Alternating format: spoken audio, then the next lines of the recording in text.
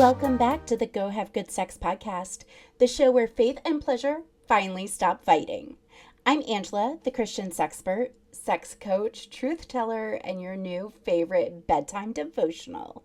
If you're ready to go deeper, check out my resources for couples and individuals, from my free 15-minute coaching consults to spicy but faith-friendly resources like the Marriage Playdate, to my Patreon, where I teach you all the things your church aunties never told you about. And yeah, you know I've got it covered with merch, journals, bookmarks, and everything in between at thechristiansexpert.com. So whether you're here to learn, to heal, or to spice things up with scripture and sass, I'm your girl, and I'm so glad you're here. Let's get into today's episode, and remember, go have good sex. Hi friends, welcome back to the Go Have Good Sex podcast featuring me, the Christian sexpert. I want to preface this podcast with a massive trigger warning for domestic abuse, spiritual abuse, and sexual abuse, and probably some other trigger warnings that I missed. On this podcast and my socials, I have always committed to being the voice that the church desperately needs and confronting the issues that the church is afraid to talk about. And that's why today's episode is so important to me. Today I talked with Shelby Greene, a survivor of domestic abuse who knows firsthand how trauma distorts reality, how popular church teachings keep women trapped.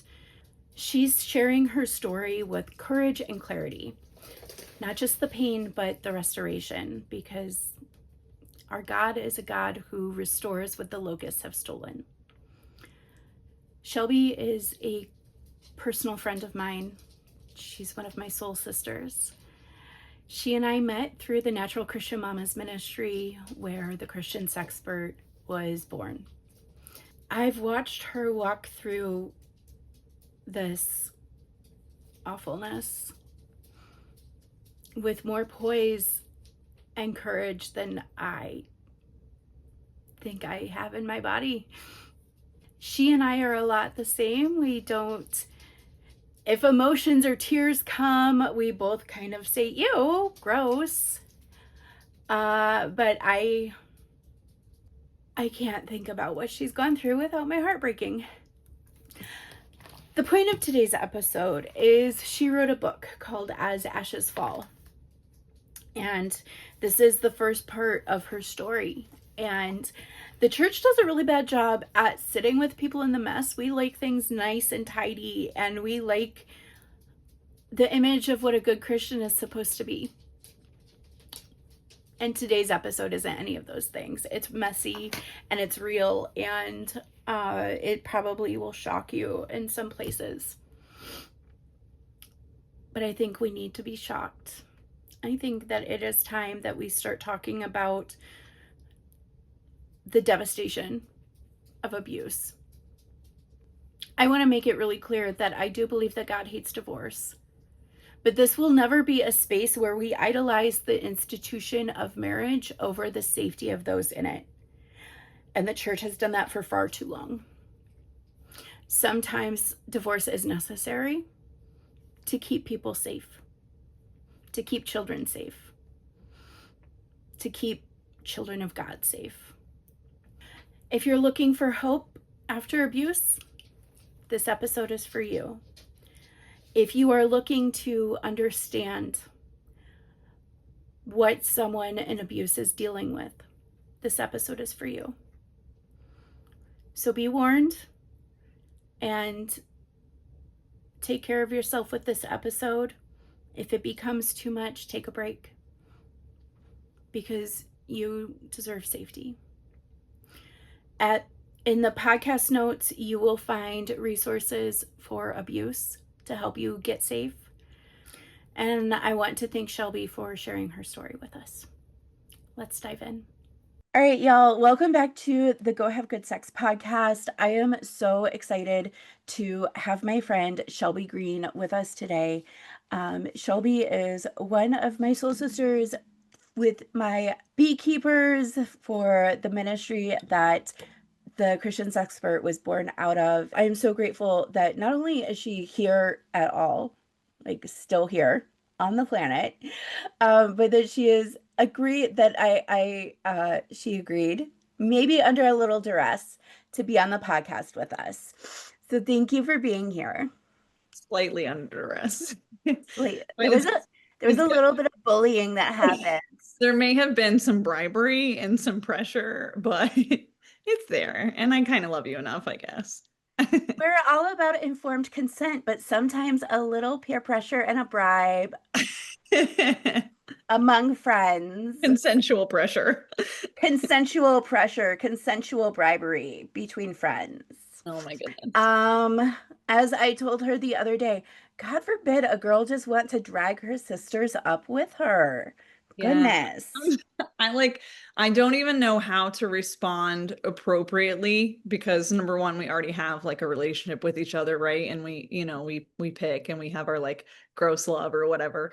But it's way too soon. So I'm just saying I'm extremely thankful that you even cared to take the time to hear me talk about it because people don't want to hear the actual nitty gritty. And so the fact that you do, and I can feel safe and like know that it's really great and I'm thankful. Considering that I was crowdsourcing the rest of our friend group and about to dump my family for a week so that I could make sure that you weren't alone in court, uh, the fact that you're like, I don't understand what you want to hear me. Have I have we not been there every step of the way for this? Yeah, well, to be fair, that's part of my trauma talking is that nobody cares. Even though people have consistently shown me that they care and that it's not me dismissing the relationship that I have with other people and like how they value me. It's me dismissing myself that I even have value. And so like and also like well trained to not believe words, right? Because words that come out of your mouth with the opposite action for 15 years, like you just don't believe anything anyone says. So when someone's like, "Oh, I can't wait to hear about it," like do you really want to hear about it? Because it's rough. They just want to hear I'm doing better. Yeah, and I do want to talk about how you're doing better, but I don't think that the church, especially, is willing to talk about the ugly parts of abuse. Like, we'll talk about all the statistics and we'll talk about, oh, it's so awful. That's not what, God wants. But that's not helpful to the people who are experiencing it. When we try to create this whitewashed, sanitized version of events, the people that are in it need to know that someone else had it just as bad and came out on the other side. Mhm. And if we aren't willing to look at what the just as bad is, then what are we even doing? Jesus never, ever tried to whitewash anyone's problems. Mhm. And so, as a church culture, we need to be willing to sit in the mess with people. Yeah. Um, Honestly, that's been my biggest lesson recently with like trying to publish the book and all that stuff because I sat down and I had this discussion about how there were so many people reaching out to me and saying things like, "Oh, your words are so inspiring. Like, I can't wait to read your book. Like, I can't wait to see you healing." And I'm like, "Yeah, but guys, you don't understand. Like, this book is healing, but it's telling you what I'm healing from. And nobody wants to know that part. Like, nobody wants to actually put into words and listen to and entertain themselves with like the harsh reality of it. But then I received counsel that was so important to me.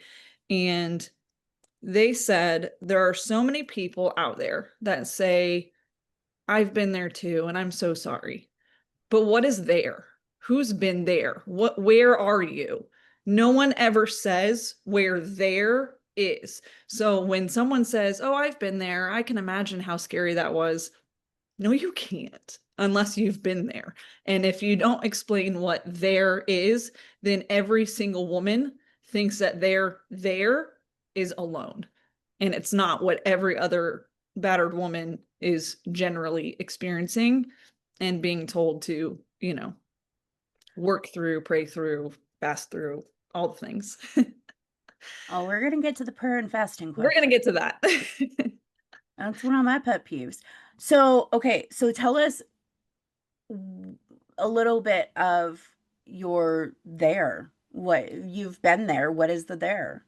Yeah, there's so much, and I don't know how deep that you actually want to get because like time constraints. But Whatever you are essentially, wanting to share. I met my now ex-husband when I was 15 years old, and I was a Christian good girl.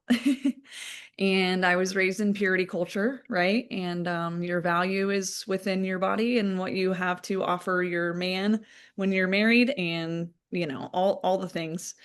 And I met him and I thought he was my person because he showed me attention and he didn't make me feel bad for having questions. And, that's something I got in trouble for a lot as a child, is like asking questions. Like I would not necessarily argue with everything, but I needed to know the why behind everything. And it was seen as like disrespectful, right? So like when I was curious with him, he would be curious right back because we were children. And so it was the first type of like lovey-dovey type attention that I actually had in real life, I felt like. And I bonded to that, of course. I was 15 years old. And I would say even back then, there were signs that I didn't know were signs that could be more serious. The week we met, he was 16 and I was 15. And we were at church camp of all places. He came there because he saw photographs and saw that there was cute girls and wanted to meet girls. Yeah, I went there because I went there every year. I was raised in that church camp. But anyway, about 3 days after talking, we were head over heels, obsessed. And he, one of his youth leaders, like got in trouble and for like being mad that he didn't win the talent contest. And this kid started sobbing, like messy, snot-faced sobbing, and went outside and punched a tree and bloodied his knuckles because his youth group was going to leave the camp early and he was going to miss out on an extra night with me. And I, as a 15-year-old girl, was like, oh my gosh, he loves me so much that he's so emotionally wrapped up in like spending the most amount of time with me. And he wants to like, he really wants to be near me, that it affects him this much. Like, how freaking romantic is that? When really it was a boy bloodying his knuckles when he wasn't getting his way. And I became a possession right then and there. But I missed it. I missed that. And then I'm not even going to say that like the abuse necessarily started right then. There was flags, and even we dated for 2 years before we eloped at 18. And I actually had multiple adults, like youth leaders and like different men in the church, go to my parents and tell them that they were concerned from things that they were seeing. And at the time, I didn't know what they were seeing. I was in love with my boyfriend. He was perfect. Like, yeah, he was a little moody and he didn't like respect authority that much, but like I didn't respect them all the time either. And they would go to my parents and say things like, hey, listen, I saw the way he stood behind her and he like whispers down in her ear, and it makes me really uncomfortable. It looks like very like controlling, or, he already had a porn addiction by the time we were dating as a teenager, and he was ordering a ton of porn on my youth pastor's TV because he was staying with him to spend the weekend with me because he lived down in a different county. And he was ordering a bunch of porn on my youth pastor's TV. I guess he didn't think that they would get the bill and see it or whatever. And it was things for like girls barely legal, girls almost underage, like that thing. And like provided we were 17, right? But it's Right. still like the notion of like looking that specific thing up, it's very weird to me Yeah. personally, you know. Um, but anyway, there was a ton of red flags that I thought were typical boy things and typical, oh, he'll grow up, that type of thing. Um, Hmm. but I would say like the major I don't know. It's so hard to describe because there was an instance when we eloped, my parents did not approve of us getting married. And I, as a purity culture raised Christian, knew that I could not live with him unless I was married. And we had been dating for 2 years. We wanted to be married. And because you know, halfway got kicked out, halfway left, it's up for debate and perception. But, um, I eloped at 18 and I graduated high school with honors and I ran off and I got married because I didn't have the support system and he seemed like the only one that supported me. And we weren't even married, I don't know, maybe a few days even. And he was playing video games all day long or all night long and then sleeping either all day long or all night long. And I was getting ignored for video games. And when I say I mean like 15 hours straight with Oh like my a God. team and they like, assessed the Yes. plays together. I mean, it was serious, right? Yeah. But not like it brought any income or anything. It's just he was addicted to it. And Well, and this would have been back before video game streaming was a thing.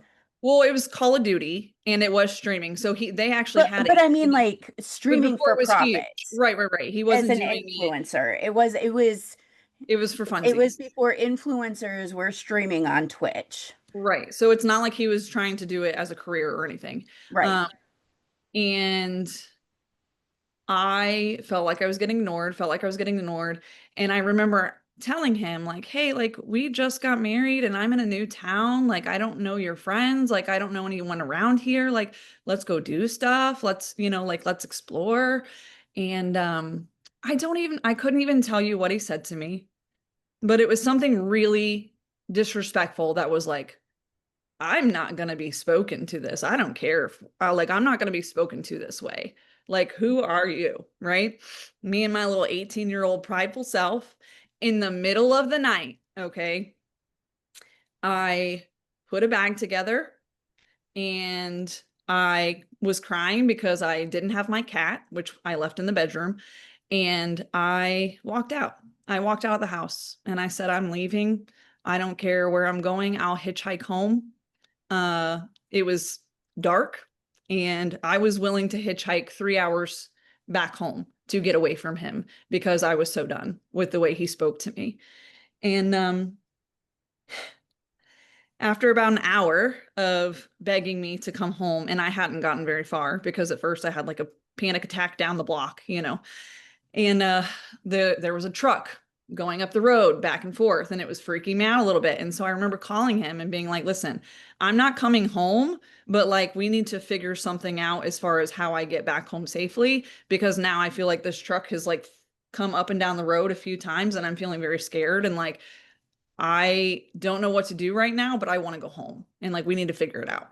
So he comes and finds me. He walks to me to try to like beg me to come back home. And when I refuse, this boy laid in the road. I was on the sidewalk, okay, with my bag, crying, and he laid down in the road flat. And it's pitch black. We were out where there's no street lights really. Um, it's pretty dark. People ride with their brights on. And he said, I'm just gonna die. He said, if you don't come home, I'm just gonna wait for the cars to come squish, like kill me. And I remember thinking, oh my gosh, like if I leave him, he like I'm his whole world. Like he wants to die if I'm not there. He's learned his lesson. He will not speak to me like that anymore. And my 18-year-old self walked back home with him. And you know, the hard part is is there are people who genuinely have mental health struggles. And I'm not diminishing that he has and had mental health struggles for the entirety of our relationship. However, over and over and over again, he used that very same tactic every single time I ever got serious enough to try to leave. Um, he would, if the argument got bad enough, and by bad enough, I mean just saying, like, I'm not doing this anymore. You're so disrespectful to me. I'm parenting alone. Like, you're not maintaining a good job. You're not coming home and helping. You're not being a partner. You're not being a dad. You're not being a husband. You're screaming at me all the time. You're ignoring me. Like, I'm just going. We're just gonna go. And he would just pull out a gun and put it to his head and just be like, okay, leave. I'll shoot myself right here if you walk out. So it controlled me for a really long time in a way that people don't understand because, now in the book, and this is one of the pieces I really, really struggled over sharing, but I was like, you know what? It's honest. And a lot of women feel like this, and they need to know that, like, they aren't evil and it's normal. Because there's even a piece that I wrote in the book about how many times he never pulled the trigger Mhm. because he used his mental instability to abuse me. And eventually he has to be accountable for that, right? Like, yes, mental health is real, but we're also responsible for our behaviors when we're experiencing mental health crises. And he had a partner who was begging him to go to therapy, begging him to get diagnoses, begging him to get medication. And like down the road, he did, but those things didn't help either, which, we can discuss. I know we were going to kind of broach that topic. Yeah. Well, and I think it's really important to stress the fact that you can have compassion for someone who is struggling with their mental health while also keeping yourself safe. Yeah, without compromising your mental health because now mine is very, very screwed. Yeah. And I think there's a lot of components to the statement of you can have compassion for someone struggling with their mental health while also keeping yourself safe. That means not just like your physical safety, but your mental health safety, your children's mental health safety, and Yeah, and learning boundaries and like learning boundaries don't make you a vile woman. Like asking for help all doesn't make right. you a nagger. Begging for your partner to help you shouldn't be normal. And the th Okay, let's talk about that for a second. Let's talk about nagging. This is based on no science, just my own personal. okay. I mean, there might well be science out there that backs me up. This is my own personal thing. I think accusing women of nagging is a another form of abusive coercive control. Yeah, it's a way to deflect the fact that you're not being accountable and responsible for what your partner's asking of you. Hmm. And even if now I have seen very much so nagging wives. There very much are spouses that nag, and I mean it, like real nagging. But asking your partner if you can shower is not nagging. Hmm. Asking your partner if he can hold the baby while you cook dinner for your other four babies and him, you know, that's not nagging. And I think that he used that a lot to just deflect having any responsibility. And it was also this complex of like, oh, I work, I come home, I shouldn't have to do anything at all. And I tried to explain to him, like, yes, I am thankful for your income, but I didn't marry you for your income.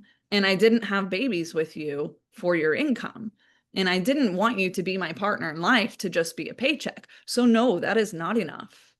And he never understood why that wasn't enough because I stayed home and I should have been able to maintain everything else except the job, which, by the way, even though I stayed home with the children, and that's something that we agreed on multiple times throughout the beginning of our marriage, and even towards the middles and the end, like he would say that he agreed with it, but then he would use it as a weapon. So he would scream at me for not helping and not bringing income and how hard it was to be like a single income household.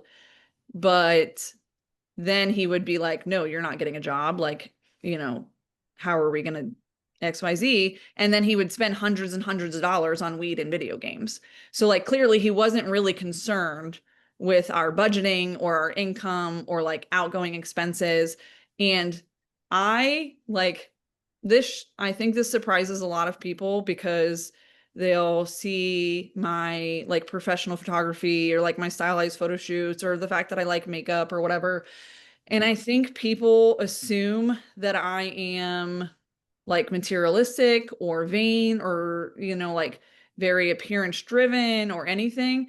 And I'm just not. Like, I never went to the salon to get my nails done. I never paid to get my hair done. Like I did my hair myself the entire time. I never like dropped hundreds of dollars on makeup and bags and accessories and clothes. Like I shop at the thrift store. And when I see a shirt is $7 at the thrift store, I'm like, ew, why are they charging me $7 for a used shirt? That's ridiculous. Like I should be paying $2 and $3 because I come from the era of buying 25-cent Hollister jeans from the thrift store. Okay.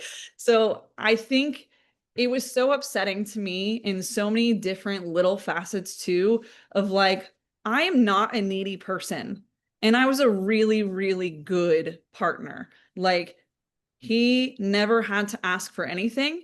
The meals were always cooked from scratch, and if they weren't, we'd go buy something. Like his clothes were washed, his bed was made, like he always had his area, like it would be disgusting, usually covered with paraphernalia and substances and alcohol and whatever he had gathered around his little gaming dresser, and then he would see 2 cups on my nightstand and scream at me for being so disgusting and like piggish and slobby. And like there was zero accountability ever, but it was always my fault we didn't have money, my fault it wasn't working, my fault the kids were having issues, my fault we couldn't pay the bill. Something was always my fault. And so he could spend $200 on weed, but if I spent $200 on groceries, I would get screamed at, you know? And so it's so hard to explain even now in this like little window how a relationship like that from the age of 15 to in your 30s affects everything. Every little facet of your life was well trained by your abuser. And like now I'm relearning how to do everything without getting triggered. Including like I can literally be making a certain type of pasta, and because it's his mom's recipe, I like every single time I make it, and my whole family loves it, and I love it. And I'm so glad we have that recipe. But like every time I make that pasta, I want to cry because I think about how he wrecked us. Pasta, and you can't explain that to people. People don't understand the brain chemistry and alterations that happen.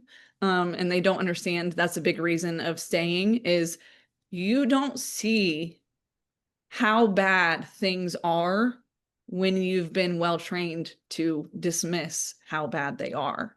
And training is so subconscious and like even maybe for the abuser, they're doing it to manipulate what they want, right?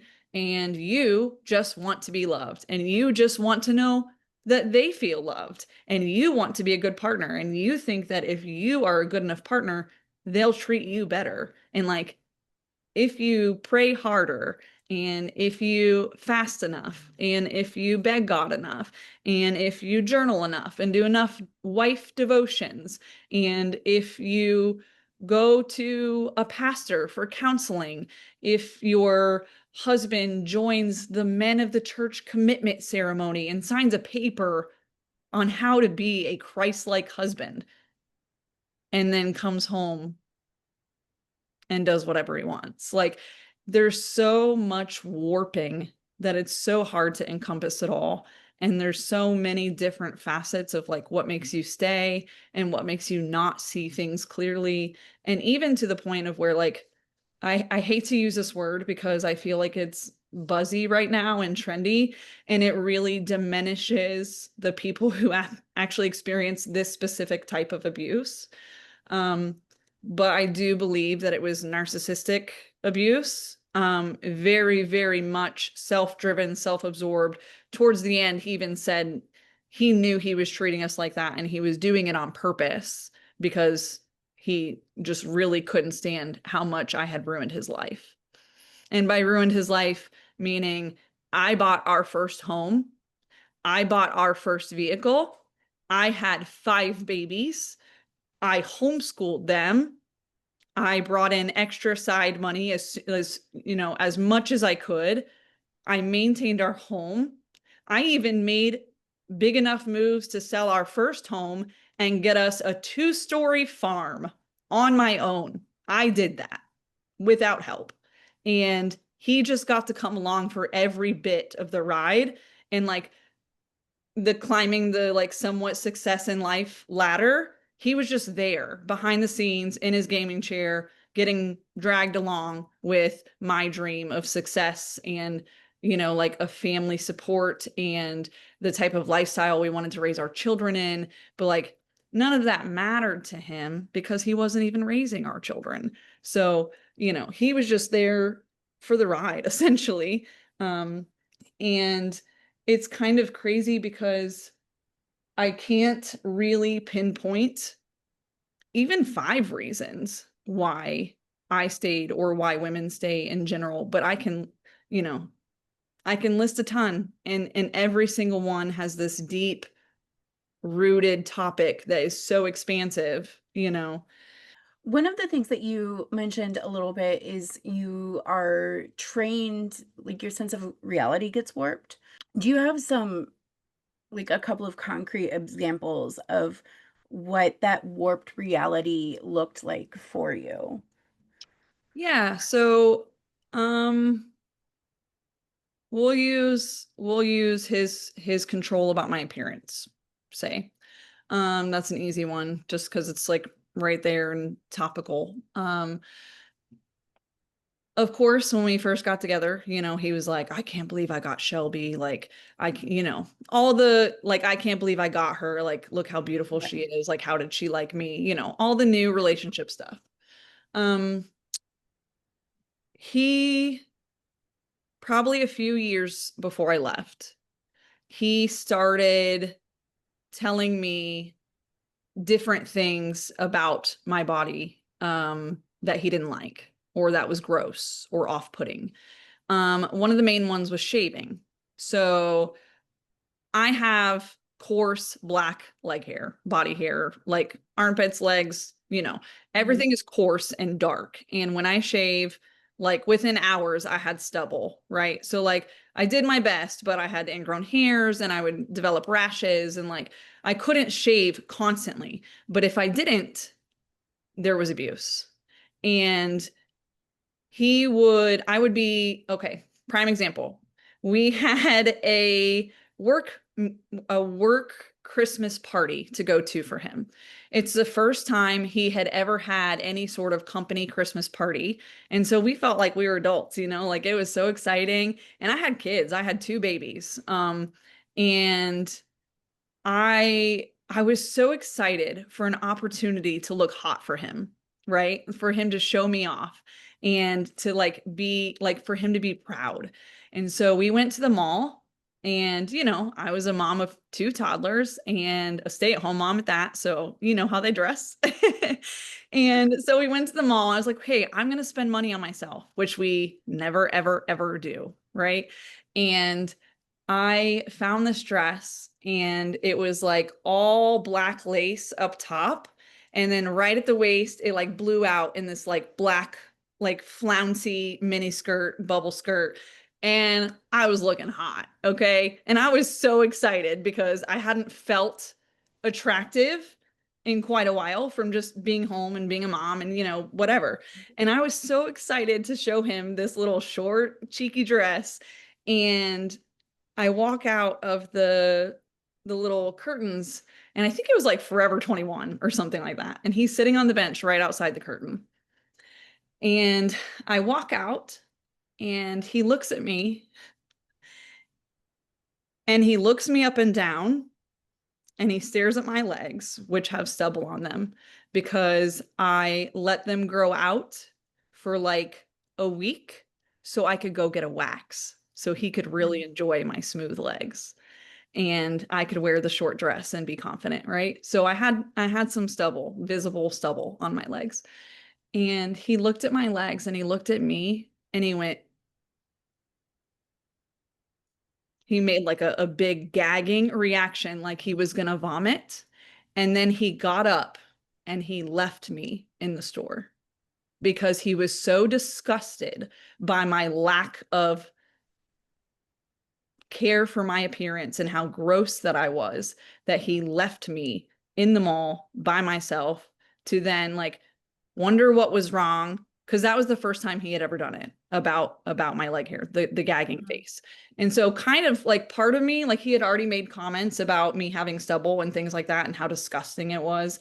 So like I kind of knew what he did, but I was also in like shock. Like, did he get sick? Am I being insecure? Like, did I look good? Like I think maybe he doesn't feel good. Like maybe he felt like he was gonna throw up and has to run out, right? Like I'm still trying to reason away the reaction because it doesn't make sense for someone who loves me to react that way.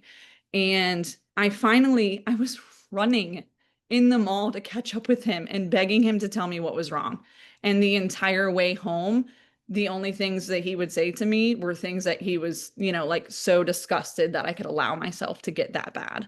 And eventually he started using it to avoid me physically. He would say things like, yeah, I'm just not into you when you don't take care of yourself. Or I just am not attracted to you anymore. Or, yeah, well, you're not taking care of yourself. Or, well, if the people on your Instagram could smell you, they wouldn't want to be near you either. Or you need to try harder to be prettier because you already have like things about you that people don't like, so you need to try harder. That's stuff that I was told towards the end when the physical aspect of things got way worse. But that's how it started. The little gaggy faces about my body, that's when it first started. And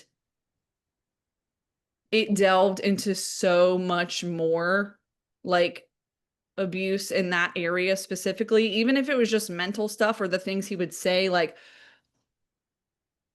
oh, I looked up gay porn today because I'm just so unattracted to you. Maybe I'm gay. Things like that. Um, it just, there's a lot of like private details that people probably don't want. It's so hard to explain how someone can abuse you in all these tiny little paper cuts, all these tiny little paper cuts over and over and over again. And really, they're not even paper cuts, but the large things that he does are so large that the tiny little abuse stuff is like, oh, whatever, he's just a jerk. Like, oh, he called me a name again, big whoop. Oh, he's screaming again, big whoop, because at least he wasn't hitting me, or at least he wasn't breaking something, or at least he wasn't screaming at the kids. So you are well trained to dismiss all the small abuse because it wasn't the big reaction. Yeah. And I think it's really important right now to point out that this sort of commentary on a wife's body is very much a symptom of an indicator of a pornified mindset of pornography usage and addiction. Because I think a lot of women who aren't sure if they're experiencing abuse or something could potentially think, well, it's normal that my husband wants me like to take care of myself, to take care of my body and things like that. But that sort of commentary on something that is a completely normal human experience. Mhm. All humans have hair on their legs, but to expect a model like perfection at all times is showing that he is consuming pornography because the women in pornography have perfectly Ready shaved at all legs at all times. times. No Yeah, one and in pornography has stubble on their legs. right. And And so he there would is, he would even call me at work and send me a list of the types of pictures and videos I needed to send to him before the end of the day, before he got home. So he was definitely very, very consumed by watching. There was a stint of time where he would refuse to even touch me unless he was allowed to watch porn for the entire time that he was touching me. And mind you, it wasn't touching me to touch me. It was To treating me masturbate like, himself with your body. yeah, Yeah. exactly. Um, let's just be really clear. Your husband demanding to consume pornography before, during, or after sex with you is sexual abuse. If you are experiencing that, there is no question about it. That is sexual abuse. If it's, yeah, if you are not consensually agreeing to anything in general or feel pressured in any way in general, even from your spouse, it is not your responsibility to meet their inappropriate requests. And being unable to touch your partner unless you are able to consume enough porn at the same time. And I don't even mean, here we go, this TMI. I mean holding it in my hand, okay? I'm watching, okay? But I'm not just watching. I'm Googling, I'm typing in specific things that I want to watch. This one's boring. I'm going to keep scrolling. This one's boring. I'm going to keep scrolling. But all while he's helping himself. So it wasn't a, hey, let's get in the mood together and like do this fun, playful thing. It's like, hey, I know that you like basically, I'm hurting. I need a release. I know you don't want to do anything, but I'll be quick, like that type of thing. Right. And I'm just Yeah. like, what am I supposed to say to my husband? I'm not supposed to deny him. Right. I'm supposed to fulfill his needs. I'm supposed to be the giving wife on charge all at all times, like whenever he wants me. Right. But he manipulated that in such a way that I had to be ready to make content to buy groceries. I would call him and tell him I needed money for groceries because he had like the right card. And so he needed to like cash out me money or whatever. And he would say, I'll send you money for groceries if you send me nudes. Mm. Yeah. And so that literally like exchanging my body that he repeatedly told me was disgusting and refused to like he didn't kiss me. We didn't kiss. Um, And I like there was occasionally sometimes like, bye, have a good day, you know, but he did not kiss me. He did not touch my body. He actually told me that I was gross and I smelled like sweat all the time. Now, provided when he was saying I smelled like sweat all the time, I had a newborn nursing baby on top of me and he wouldn't let me shower. And y'all live in Florida. Okay, but the thing is, and At the the thing is time, you too, guys were is living like in if I Florida. did, but the thing is too, is like if I did smell bad, I would be so insecure about that that I would like immediately go fix it, right? Like Right. I'll go put on more deodorant or whatever I need to do. But I would literally beg him to take a 5-minute shower.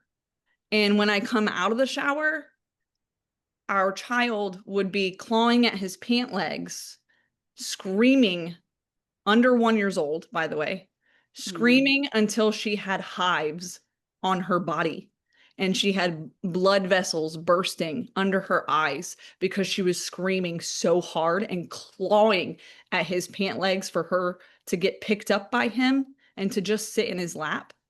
But he was playing video games. So he couldn't be bothered to pick her up because then he couldn't work the controller. So that's why I didn't shower. And to be honest, he was making those comments well before then. He wouldn't play with certain parts of my body because that's gross, or those have a certain smell. So I don't touch those when referring to boobs. So, like, everything he could to make me feel gross and unwanted. But, like, it was also this gaslit experience of like, and this is the part where I struggle to be like honest because I feel like people will take it wrong and feel like I'm conceited, but this is not how I mean this. But like it was very, very weird and like the perfect description of being gaslit because I was literally at the time I was an Instagram influencer and I had a much larger following and an active income from it and everything. And I would go to the mall and I literally had people running up to me and freaking out and being like, "Oh my gosh, it's Shelby. Like I follow you on Instagram. Like, oh my gosh, you're so much more gorgeous in real life. Like you're so inspiring and blah blah blah blah blah." And then I would get home and he'd be like, what are you even doing? Like, did you go out like that? Like, yeah, no wonder nobody hits on you, blah, blah, blah, blah, blah, you know? But then he would also say, like, if I got ready to go out before he knew I was complimented, he would say things like, oh, are you going to find a new man? Oh, you're going to meet up with your boyfriend? Is that why you go to church and like to meet up with your boyfriend when I'm not there? Like, he would always constantly accuse me of cheating or like finding someone else. So then he would also tell me I'm disgusting and not attractive and like no one wants me. So I think it was his own fear of like knowing that he was being so awful and knowing that I was still capable of finding someone else. And so he found whatever he could to like make sure that I knew that there was no hope for me if I left him. Like nobody would want a mother of 5 children with a disgusting body who, you know, like people only like her because she's on the internet, you know. And it's so crazy to me because I am legitimately a genuine person and it drives me insane when I don't even know how to word that. Like, I'm a very, very genuine person to a fault. I tend to over explain myself so people will love me, so people will understand. Um, and I think he knew that. And so he would hear me over explain my fears or my worries or my insecurities, and he would, got it for the weapon, got it for the weapon. So all of my insecurities, which you're supposed to be able to tell your spouse, were then completely flipped over on me and, you know, shots fired. And that was for years and years. And so there was a huge fear of like I will literally be single. No one is going to want a traumatized, battered, saggy, boobless, 5 children having, no job having, you know, like I was Mhm. completely convinced that this was my life and this was my cross to bear and how I proved that I could turn the other cheek and how I proved that I had long suffering. And I did. But there's a point where God doesn't want you to keep suffering. And there's a point where, sorry, all I have is paper towels in my bedroom. So, so here we go. I feel like you Um, should have stock in Kleenex. yeah. Especially for how much I cry, which is annoying, but you know, trauma responses. Anyway, I don't even remember what I was saying. Let's talk about that. The God doesn't want you to remain Oh, yes. and So and and you know, I feel like I've given you this list of questions and you're just answering them before I even get a chance to I know, like sorry. specific. No, that's good. It's good. But that's But how encompassing it all is. Like it all yes. just flows because, you know, Yeah. it's what Okay. happened. So I kind did of melds the struggle. two questions. So the one of the questions was, did you believe that staying was your duty or your cross to bear? And what were you most afraid of when you started thinking about leaving? Like, Yeah. and So how do you figure out like the what we're talking fears about? were multidimensional. I mean, you have fears from everything of I haven't had a job in 10 years. I'm not going to get a job. I have 5 kids at home. My children have been homeschooled since 5 years old, and now some of them are teenagers. What are they going to do in public school? You know what I mean? Like, Hmm. and I didn't feel up until the end that I had enough evidence to keep them safe if I left. Because then what was happening is I was a shield, right? So I would take the brunt of it mostly behind closed doors So they didn't see it or experience it themselves. But then it started trickling over into them, but not in a way that he would lose custody, in a way that was abusive to them for sure. But not in a way that the courts would respect enough to keep the kids safe. So that is a major component into why I stayed for so long, is because I didn't have enough evidence to make sure he never got near them again. And I remember praying in my bathtub one night. He was home and playing video games after screaming at me. Like, I asked the kids to watch the baby so I could take a bath. And I remember sobbing.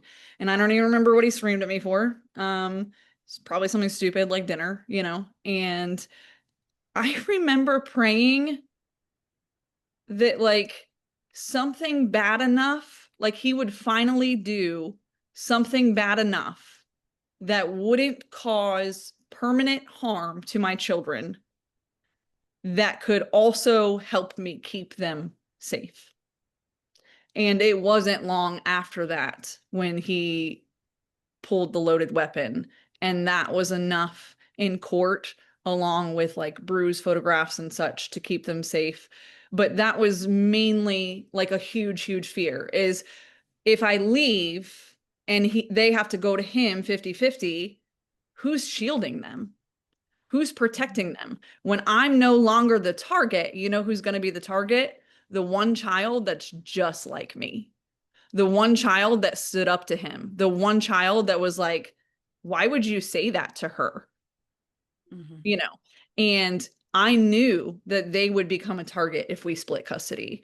And it wasn't a power struggle of like, oh, I'm going to keep you away from your dad. Like, I begged him to be a dad, right? Like, for 15 years, I begged him to be a dad. Like, I think I tried to let him be a dad, you know? Yeah. And he referred to the kids as things that stole his wife from him. So he didn't even fight for them in court. He he literally didn't say much of anything, defend himself worth anything. He just kind of, you know, delayed proceedings as much as he could. He would show up to a court hearing with none of his paperwork, or show up unrepresented without any of his signatures. Like, and it just kept getting delayed and delayed and delayed. But anyways, sorry, I'm going off on a rabbit on a rabbit thing. But like, that was the main concern, was keeping the children safe. Another aspect of it was the religious faith aspect of it, which, to be fair, was a warped aspect of it, right? Like, there is being a good Christian wife, and there's being a good Christian husband, and there's being a good Christian spouse, and there's being a good person in general who's willing to pray for, help, encourage, you know, like come alongside. And I think I did that for a really, really long time, while also convincing myself that he was the way he was because I hadn't prayed hard enough. I watched movies like the the War Room. Is that the one with the prayer closet? I freaking made the Yes. prayer closet, the whole real one. Like, cleaned out my closet, put banners in it, got a journal, ADHD the crap out of that thing. Like, I made a closet, okay? Because I'm like, fine, maybe I haven't done enough. Maybe I need to step up, and this is a spiritual battle, and I need to pray more, and I need to fast more. When all along, I just needed to tell someone the truth, because I was incapable of understanding the truth. Even though I knew it, I didn't understand it. And so, if I would have told anyone even a single incident, they would have known to tell me to get out, right? But like, I didn't. I didn't share with my church. I didn't share with my pastors. I didn't share with my leadership until it was so bad that I was like, okay, well, let's try counseling. And I was like, well, we're not going to go to a worldly therapist because, you know, maybe she won't see the issues in him cussing at me in front of the kids, or maybe she won't see the issues with him watching porn because like the world doesn't care, you know, those types of things. So I went to pastoral counseling, and the pastor actually seemed to more so take my abuser side and essentially tell me that I was clearly very emotional and needed to learn how to gather myself. But really, what was happening is in those sessions, he was calm and gratified. He was getting exactly what he needed. I was protecting him because I wasn't sharing what he was actually doing. I was just sharing, like, I'm drowning. I'm at home by myself. And like, I can't keep up with the house. I can't keep up with the kids on my own. Like, I don't shower. I don't eat. I'm 100 pounds. Like, I need help.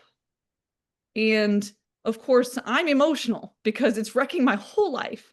And I know the actual weight of the truth and like what he's actually doing. But the pastors didn't know the full weight of it. So that's on me for like not sharing or whatever. But I No, did no, step no, no. away We're from gonna that stop. counseling session and We're gonna say, stop. I'll We're gonna stop never. there. We're gonna say it's not on What? you. It's not on you I mean, my because thing is like, they should have asked better questions. They should have asked more questions. Like, yeah, you could have spoken up, but anyone who is trained in trauma, anyone who is trained in abuse, knows that an abuse victim is not going to come outright in a therapy session and say, hey, I'm being abused, because a lot of the times they don't even recognize that they are being abused. right. And so, a responsible pastor, a responsible counselor, therapist is going to have separate conversations. They're going to ask the right questions. And so, sorry, you don't get to have the responsibility for that one. Yeah, I don't know. I did walk away from that session saying, we'll never go to a pastor for marital advice again. And I hate that. I don't want to walk away with that experience, right? But like the pastor wasn't trained in trauma. The pastor wasn't trained in domestic violence or abuse or spotting a victim or anything like that. So like I personally don't necessarily fault them for not knowing or not picking up on what I was hiding, but I do know that even with the things that I did share and I was complaining about, it was never for him to be like, what are you doing? Like, step up and be the man of your family. What kind of role are you supposed to be in your family as a man of God? Like, there was none of that. There was no calling him into his authority. And like, I look back on that and it was more so me just like crying and sobbing and begging for help and my abuser being like, see, she's nuts. She can't even hold it together. She's crazy. She's so emotional. And she does this every time I bring up any issue. She cries. And like, she just uses it to try to get out of it and manipulate me. And so, and no matter how much I explain to that, my ex-husband or anybody else, like crying for me is a response that happens uncontrollably. When I get angry, I cry. When I get frustrated or stressed, I cry. When I get annoyed, I cry. And it's just a response that happens. And literally, I was shamed for it my entire life. So, like, I literally explain to everyone when I'm crying, like, I promise I'm not trying to manipulate you. I just can't help it, you know?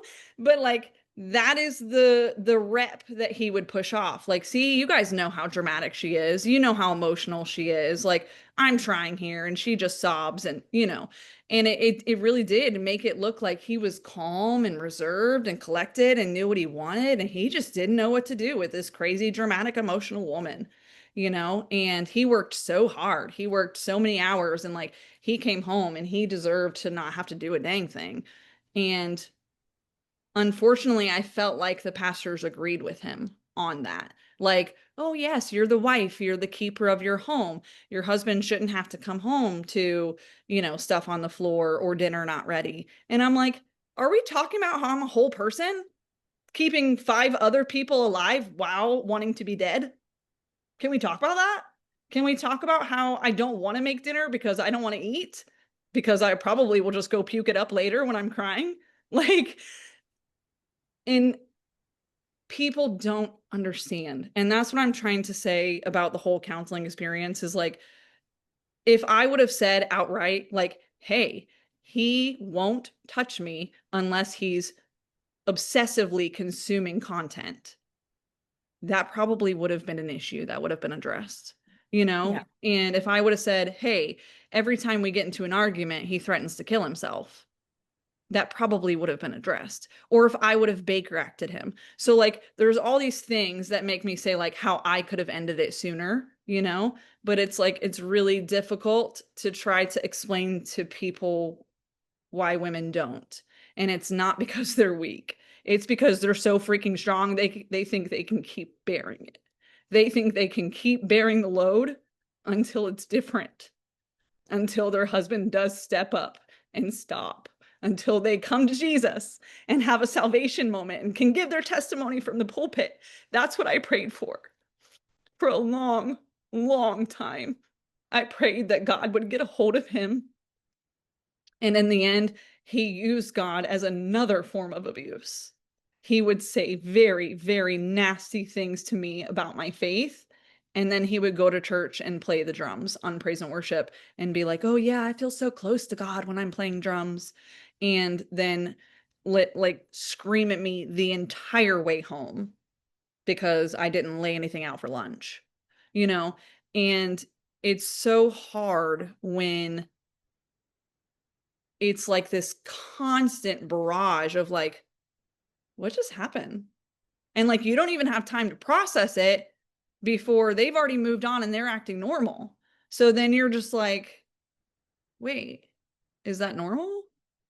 Is he just having a bad day? So like, I guess that's normal. Like every partner yells at you when they're having a bad day. Like, you know what I mean? And until being in a healthy relationship, even, I had no clue how much was wrong even up until like even after leaving. There were some things that I didn't even realize were abusive until I spoke to my healthy partner about them and he's like, you should have never experienced that. And I'm like, what do you mean? That was like Tuesday. That was like a regular Tuesday. And he's like, yeah, no. Like that is something that you should have never had to go through. And I'm like, oh, I don't know. That was over breakfast. You know? And I think when it becomes your life, you start diminishing it yourself because how could your life be so awful? Like find the joy in it, right? And like bury the awful parts of it and be happy, you know? And so that's what I did. I wasn't happy, but I put the mask on. I performed like I was happy. And truly in all the other areas of my life, I was happy as a mother. I was happy owning my farmhouse and running a farm, even though I was doing the entire farm by myself. I was happy. Everything was like the dream, except for the way he was treating me. And so it was so hard knowing that I couldn't have any of it and him as a healthy person. And like we went through years of me like eventually towards the end when the guns started becoming a more frequent thing or like the suicidal threats and the screaming and all that got so much worse to the point where I did eventually and finally give an ultimatum of you're either going to go to therapy and figure out what's wrong or we can't do this anymore. Because at that point he was having blackout rages where he would just literally his eyes would turn black. I'm not kidding. It looked like a completely different person. It looked like he was demonic and he would go into a fit of rage that I didn't know what was going to happen. And usually furniture got thrown and someone got hit with furniture, right? And those are some of the bruise photos that I have for the court was where he threw a stool because one of my toddlers spilled pretzels and he got mad or he kicked it actually. He was throwing stuff and he kicked a metal stool that I had, like an ottoman stool. He kicked it and it hit our toddler in the forehead. Um, of course, I'm now taking care of the toddler who's screaming and crying. And he's like, I didn't mean to, like no accountability, no checking on his child, nothing. I And didn't mean for it to hit the kid, but I meant to right, kick the stool. right. And so in my mind, that was the first night that I told him, um, like, there's no chance. You just harmed our child in your fit of anger, even though it was unintentional. I'm not doing this anymore. And at the time, we were living on someone's property in a camper because we were between the farm and the first house I bought. And we were living in a camper. He was the only income. And uh, I told him I was leaving, and I sent all the kids to the camper so we could have a discussion. And he pulled a gun out and he put it in his mouth, and we were in somebody else's house. And he's standing there, and I can hear it like clinking on his teeth. I can hear the metal still today clinking on his teeth, and him saying that he was going to, do it. And all I could think was, oh my gosh, this is blank's house. How am I going to explain to these people that I made my husband kill himself in their home? And he took his prescription meds because he had agreed to go to therapy. And he got multiple mental health diagnoses, which made more sense, but still didn't make all the sense. But a little bit of like why he is the way he is, or why he, like goes from being super nice to super black outrage and blah, blah. So he had multiple mental health diagnoses. And underneath it, the therapist wrote that there was possibly more to be discovered, essentially. Like she hadn't fully gotten a chance to diagnose it all the way, but he already had like 3 on the list, and he was put on several different medications, which for a while seemed to help. And we made it like an extra amount of time because it was like, oh, he's chill now. Okay. Like he's like a zombie, but at least he's not attacking us, right? Like, but it turns out that he was using therapy to go tell the therapist that he was so stressed out at home, that his wife nags him, that the kids are blah, blah, blah. And like he was a victim essentially. And he's so sad and he's depressed and his parents didn't love him. His family doesn't want him. Like he's not successful in his career. Like he just victimized himself and never ever discussed the behaviors of what he was doing to his family and why he was actually supposed to be going to therapy. But anyways, back to the original story. That night when he had the gun in his mouth, he basically said, if you leave, I don't need these. And he picked up his prescription medication and he launched them into the woods. And it was cold. And it was probably like 1 in the morning or so. And I went out like the dutiful wife who knew when he skips his medication, he blackout rages. So I didn't want to get attacked. So guess what I was doing? At 2 a.m. in the freezing cold, in the pitch black woods, I was looking for his bottle of prescription pills so he could take them the next day and not miss his dose, instead of just taking my kids and leaving. And that was like, there were so many things. Now when you say it and you explain it to someone, they're like, they don't understand the mentality of not leaving. But like there's no way to explain experiencing that. There's no way to explain the person you love the most in life with a gun in their mouth. Like there's no amount of anger I had towards him made me want him to do it, right? Until the end. And that was the piece I talked about in the book that I struggled with, was like telling him he should have done it. Because at least then my kids wouldn't have the freaking trauma that they do.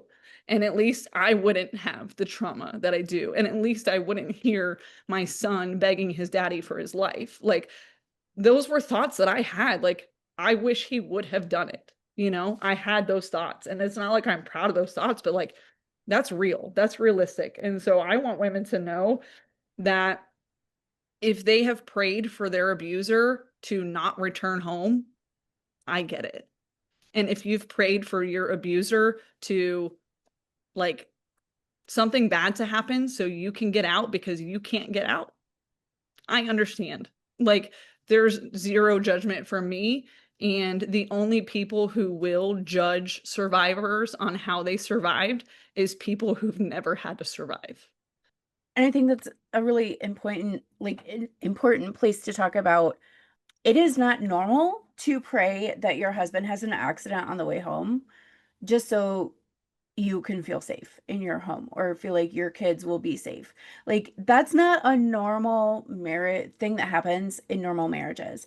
And I think a lot of women kind of wonder if they're being abused, but they aren't sure. And I think that's a sign of if those are some of the thoughts that you're having.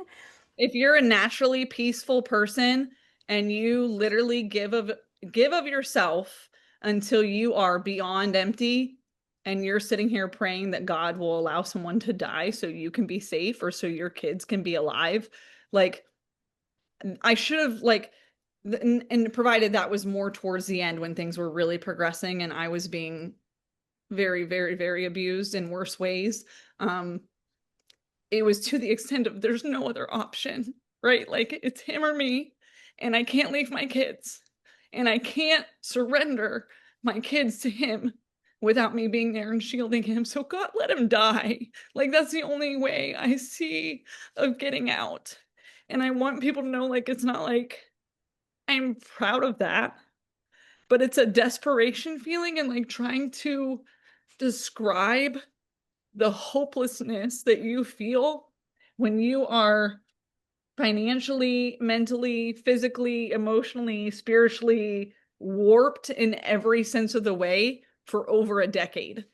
Like, I don't even know what thoughts I have right now that are healthy and unhealthy without therapy and without talking to people. And like, there are some things that I still hang on to that I haven't even processed yet because like I can't get there yet, and like, and that's okay. But it's also okay to admit that you're that desperate. And if you're that desperate, then there's no saving him. Like, I'm sorry. I do believe that there are miracles that happen every day. I have seen other wives pray for their husbands who are, maybe being a little wild or like staying out too late or, talking to them rough or don't have a good work ethic or whatever. And these wives are complaining and they actually are like, nagging their husband and wondering if they're abused. And the great thing is like, I can talk to these women and say, it's okay. I have been to these depths before and I'm not judging you. You're safe enough to tell me that you prayed that death would get you out of it. Like, I understand.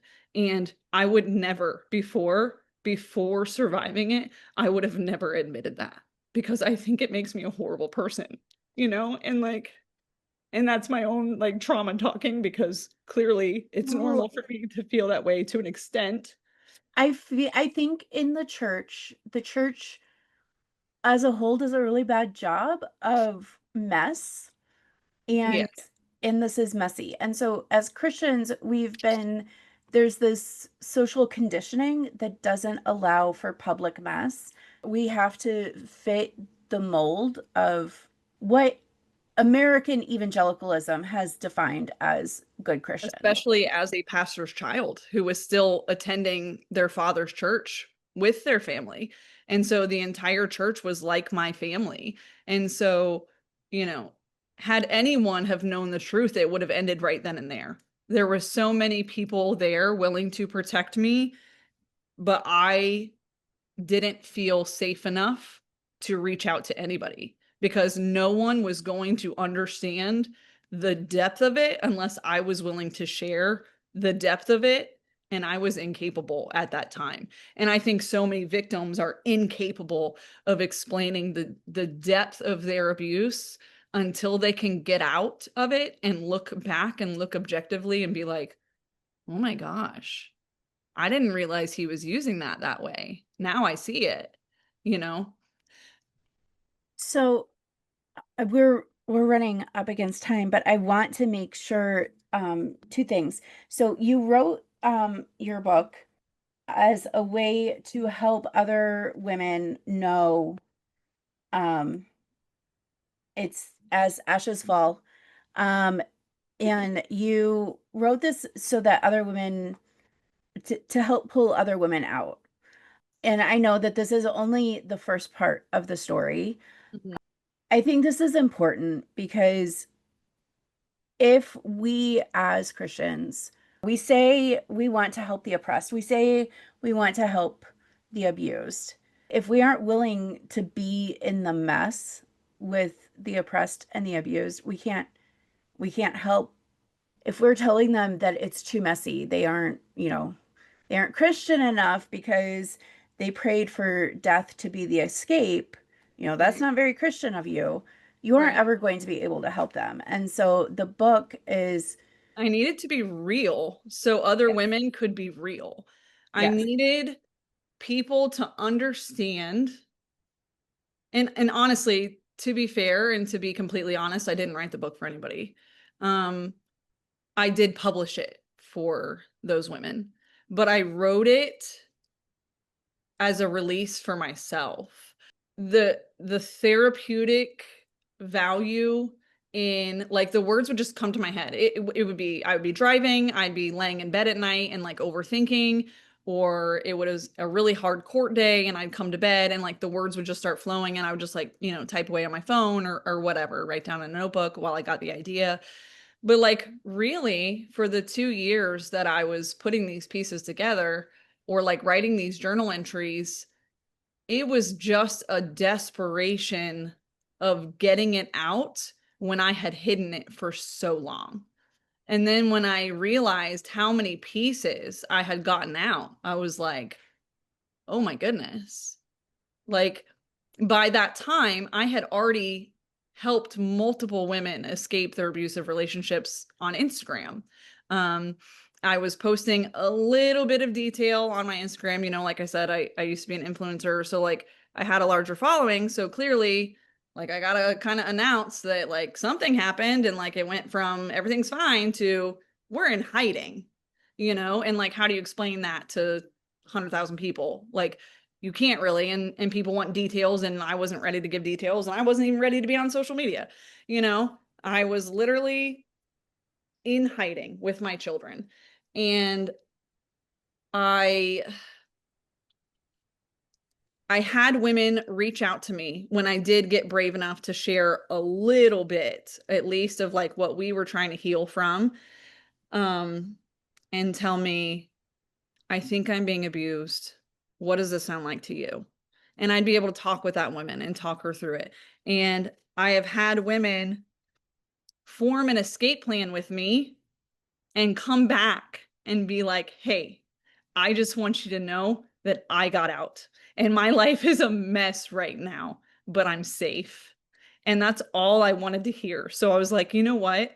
If I can share these pieces that someone resonates with enough for one more woman to leave, then so be it. Let everyone think I'm a horrible person. Let everyone think I'm spiteful or petty or bitter or whatever. Like, so be it. And that's what I was really worried about this book, which I know we touched on a little bit in the beginning, is like, where is there, because I kept getting messages that everyone was so excited for it to be so expiring and like, oh, my words are always so positive and healing and like they can't wait. And I'm like, guys, this book is rough. Like it's not, it is healing, but it's the healing that no one talks about. It's talking about the pain. It's calling the abuse into authority and saying, this no longer is appropriate for my life. And like sharing what I went through was so therapeutic after hiding it for 15 years that like it didn't matter if I sold a single book. I just wanted to get it out there and say, I did this for myself. And if by any chance one more woman or man, because men are abused in relationships too, so I apologize for saying women, but I mean both.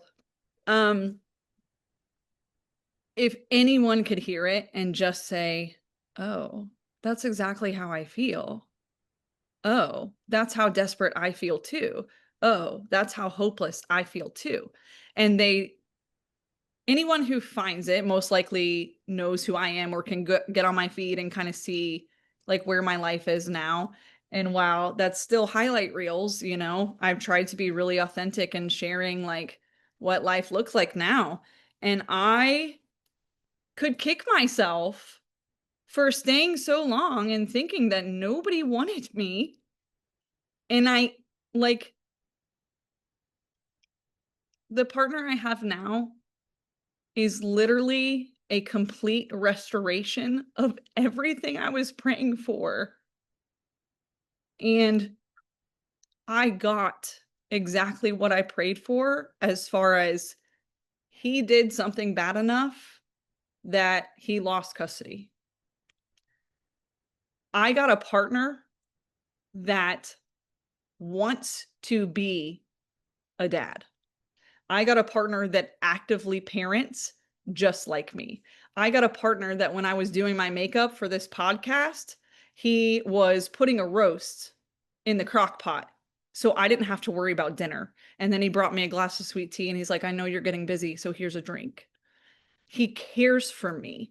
And like the small, tiny things I didn't even know I was missing in a normal relationship, of like little tiny things that people do for you. I will look at him and I'll be like, thank you so much. That was so thoughtful. He's like, what are you talking about? Like, you were cold. I grabbed your jacket. And I'm like, yeah, but you don't understand. You saw me and you saw that I was cold and you cared about it and you got me a jacket. Like, that's the best gift ever. Like, and he doesn't understand, and he almost is like, I'm just being nice. Like, I don't know why you're thanking me. I don't deserve appreciation. Like, I just got you your jacket. Now, provided that's a stupid excuse, but that's how he is about everything. And I don't have to ask him for help. I don't have to ask him for anything. He sees everything and he does it with me. And I'm like, I could have had that the whole time.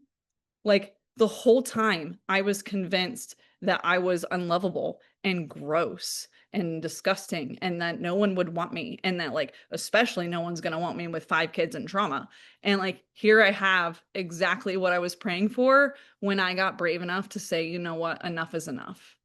And I have what I need to keep our kids safe. I have what I need to leave. And thank God I did have a support system, which was so, so fundamental in escaping, because we had to go in hiding for quite a while, which, I mean, technically we still are in hiding, I guess, because we can't share where we live or our location and that type of thing for safety. But it's just, I just want to look back and I want to hug that woman in the bathtub crying and saying, like, it's going to be so good.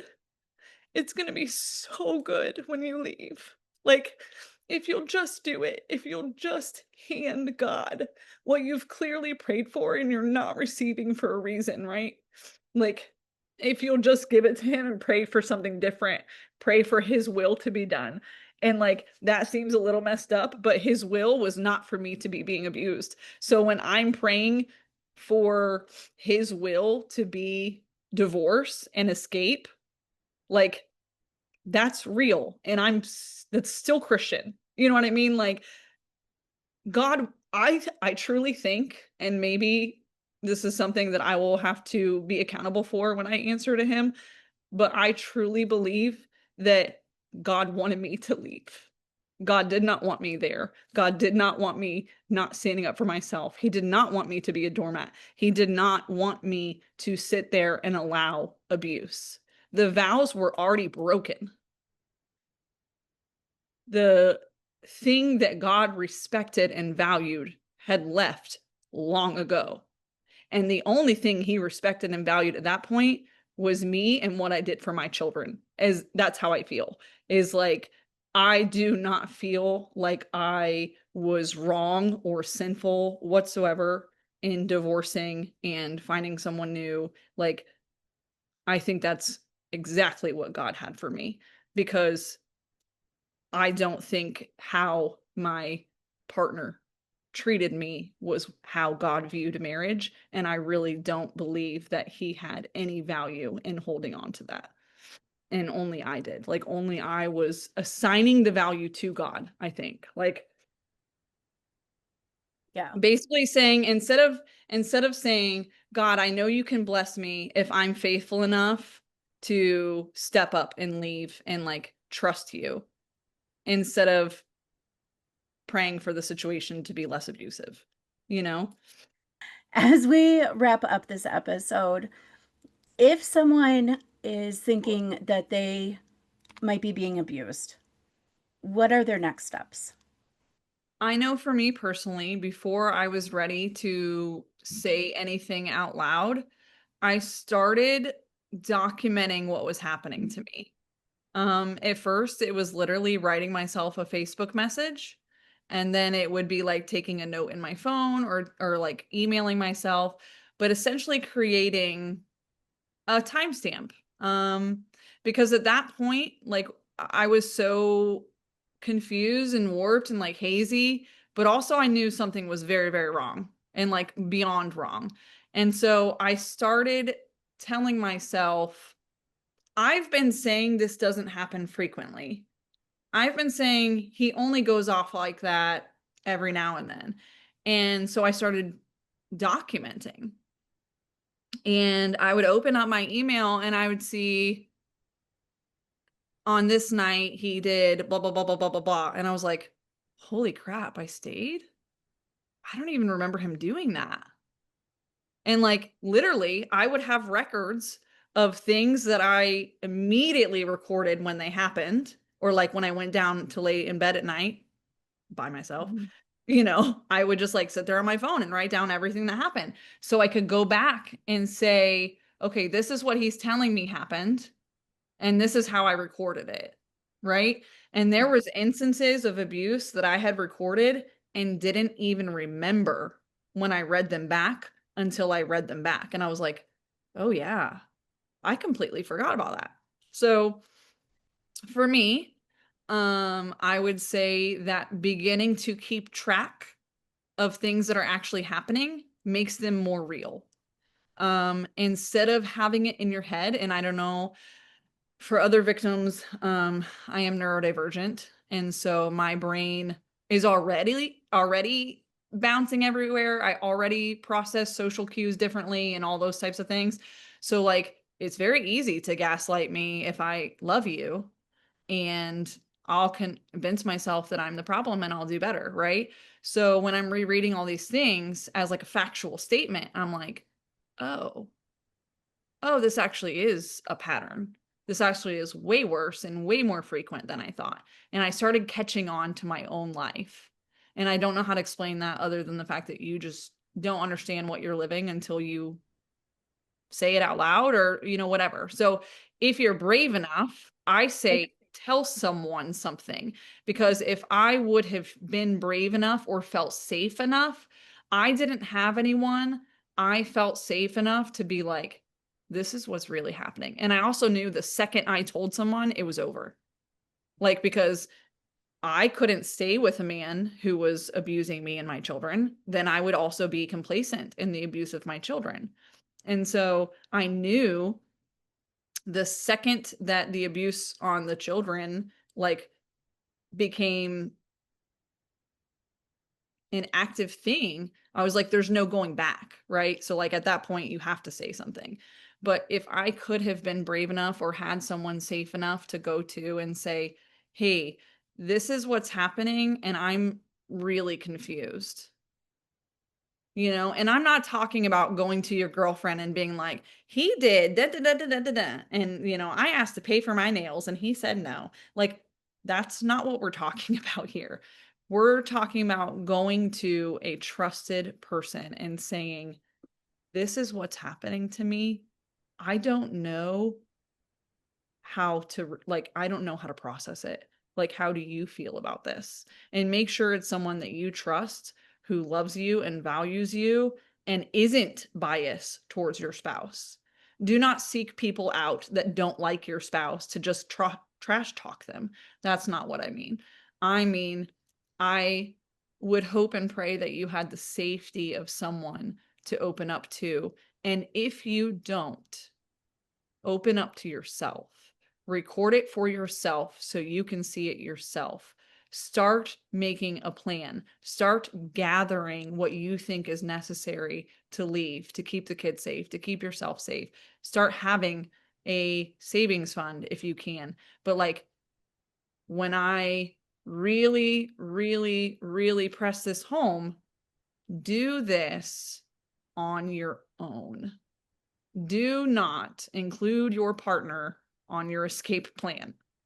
Do not include your partner on your savings account. Do not include your partner on the backup vehicle title name. Like, your goal is to separate to get to safety. And the most dangerous time for victims is when they are escaping. That is the most dangerous time. And I want to mention that if you do not have someone in your life that you can go to and talk to about it, please contact the hotline.org.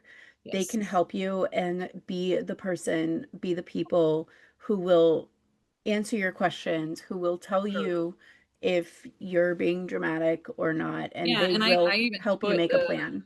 hotline, the like survivors crisis, like suicidal hotline, and the domestic violence hotline in the book, because I didn't even have those resources. And to be honest with you, when I did decide to leave and I knew that I had to start making like the phone calls and the police reports and all that, um, I didn't know what to do. I didn't know who to call. And so I started like Googling, like, I don't know, who do you call when you're escaping domestic violence? Which probably isn't the best thing to do, except the fact that he didn't touch my phone.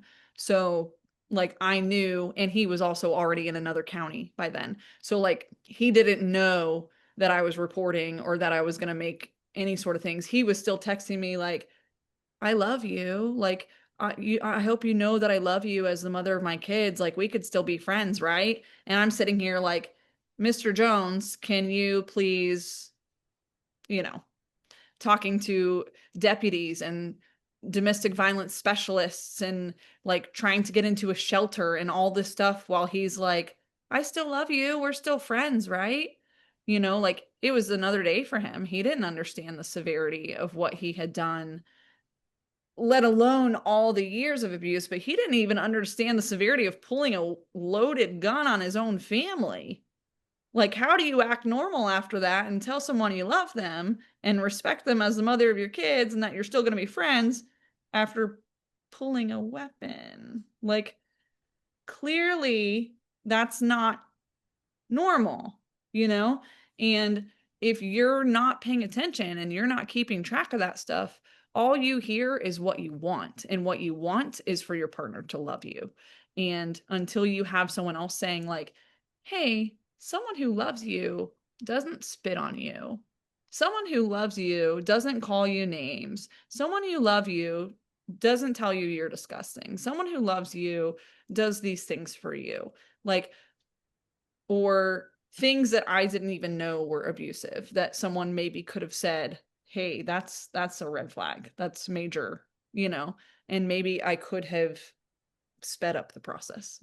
So, All right. Well, thank you so much for sharing your story with us, sharing that there is hope on the other side, that there is hope for getting out, and calling other women into safety. Thank you so much. thank you And for having me. there will be resources in the show notes if you need help. If you are someone who is walking through the dark valley of an abusive marriage or relationship, I hope that today's episode reminded you that you are not alone and that God's heart is never for you to suffer in silence. You deserve safety. You deserve peace. You deserve love without fear. Grab a copy of Shelby's book that is linked in the podcast notes for the full story and the start of her journey to healing. If you're looking for a place to begin reclaiming your sexuality after abuse or trauma, my Patreon is open. I teach the things that the church won't teach you with compassion and education and zero judgment and zero shame. If you are experiencing abuse, please reach out to the resources I have linked in the podcast notes. You deserve safety. Until next time, be well, my friends. That's it for today's episode. You've been blessed and probably slightly scandalized.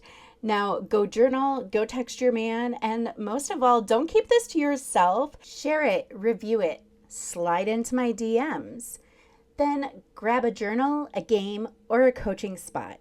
And remember, Jesus didn't die for you to have boring sex. So go have good sex already.